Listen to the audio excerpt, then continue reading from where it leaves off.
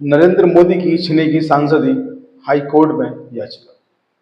जी हाँ, थंबनेल स्पष्ट है। थंबनेल बहुत कुछ कहता है अपने आप में।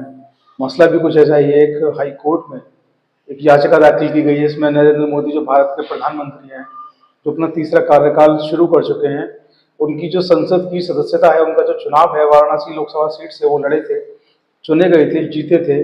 उस जो जीत थी उनकी उनकी जो सीट थी उसको चैलेंज किया गया हाई कोर्ट में। क्या है पूरा मामला, विस्तार से बताएंगे वीडियो को शुरू करने से पहले। आप देख रहे हैं आजकल जो उठापटक हो रही है देश की राजनीति में और न्यायपालिका में, वो किसी से छिपी नहीं है। अभी सीजीआई साहब के घर जो है नरेंद्र मोदी पहुंचे, गणेश जी की पूजा का मसला था, लड्डू खाया, वहां से वापस आए और पूरे देश में, मैं कहूँगा कि विदेशों तक इस बात की हलचल हो गई कि सीजीआई के घर प्रधानमंत्री का जाना कितना उचित है, कितना अनुचित है। तमाम दिग्गज वकील जो है सुप्रीम कोर्ट के, उन्होंने अपने सोशल मीडिया पर, ट्विटर पर, जो कि एक्स के नाम से जाना जाता है, वहाँ पर बहुत कुछ लिखा। कहा कि उन्होंने अपना प्रोटोकॉल तोड़ा है, सीजीआई को ऐसा नहीं करना चाहिए था, एक प्रधानमंत्री को सीजीआई के घर नहीं जाना चाहिए था, और भी बहुत कुछ चला। आपने पिछले दिनों सब कुछ देखा होगा।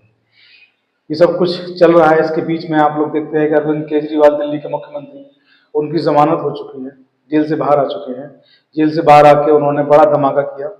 सबसे पहले उन्होंने वो काम किया जिसकी मांग लंबे समय से भाजपा यानी कि बीजेपी कर रही थी।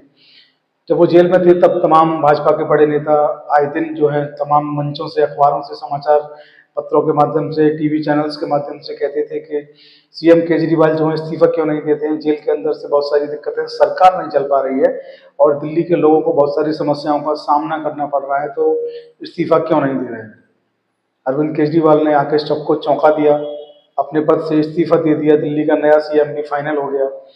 तो ये सब कुछ जब राजनीतिक उठापटक चल रही है सबके बीच में, जो पिछले दिनों जो खबर सुर्खियां बनी, वो मैं आप लोगों को शेयर करने जा रहा हूँ कि जब सब कुछ ये चल रहा था उस सब कुछ के बीच में अचानक से खबर आती है हाईकोर्ट इलाहाबाद, यानी कि जो हाईकोर्ट प्रयागराज है उत्तर प्रदेश का, वहाँ पर एक याचिका दाखिल होती है। और याचिका जैसे ही दाखिल होती है पूरे देश में आनंद फानंद में वो सुर्खियां बन जाती है, क्योंकि मामला ही कुछ ऐसा है। मध्य प्रदेश के सीवान जिले के रहने वाले विजय नंदन इनका नाम है, साधु संत हैं, जूना अखाड़े से भी जुड़े हैं और किसी पार्टी से भी आते हैं। पार्टी का नाम भी मैं आपको बता दूं, जनहित किसान पार्टी के नेता हैं। इन्होंने 2024 के लोकसभा चुनाव में मोदी जी के सामने यानी कि वाराणसी लोकसभा सीट से ही अपना नामांकन दाखिल किया। चुनाव अधिकारी ने इनके नामांकन को वैध नहीं पाया, खारिज कर दिया। मोदी जी चुनाव जीते और मोदी चुनाव जीतने के बाद प्रधानमंत्री भी बने।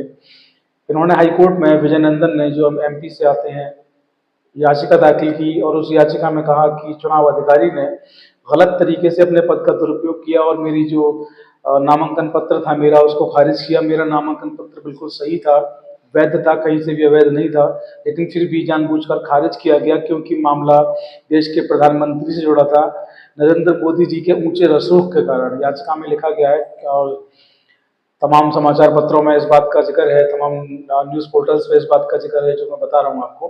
उन्होंने लिखा है अपनी याचिका में आगे कि पीएम के ऊंचे रसूख के चलते चुनाव अधिकारी ने मेरा पर्चा बेवजह खारिज कर दिया, जबकि मेरा पर्चा बिल्कुल वैध था। उन्होंने मांग की हाई कोर्ट से कि मेरे पर्चा, जो मेरी याचिका है, इसको स्वीकार किया जाए। नरेंद्र मोदी जी का जो चुनाव है वाराणसी सीट से, जो वो तीसरा लोकसभा का चुनाव जीते हैं, इस चुनाव को रद्द किया जाए, यहाँ पर दोबारा से चुनाव करवाया जाए। और उनकी जो मांगे हैं, मैं आपको मांगे आपको बता देता हूँ। उन्होंने कुछ जो मांगे रखी हैं अपनी, उन्होंने कहा है कि दोबारा चुनाव हो, मेरा पर्चा जो है उसको वैध किया जाए, मेरा नामांकन वैध हो, उचित मुआवजा जो हाईकोर्ट उचित समझता है मुझे मुआवजा भी दिलवाया जाए, और चुनाव अधिकारी जो थे उनको दंडित किया जाए, क्योंकि उन्होंने मेरे साथ गलत किया। लोकतंत्र में ऐसा नहीं होना चाहिए। जनहित किसान पार्टी के नेता हैं, जूना अखाड़े में संत हैं, और इनकी एक और पहचान भी है कि अभी कुछ समय पहले जब चुनाव हुए तो एमपी में, तो वहाँ के जो मुख्यमंत्री हैं शिवराज सिंह चौहान, उनके सामने भी इन्होंने चुनाव लड़ा था।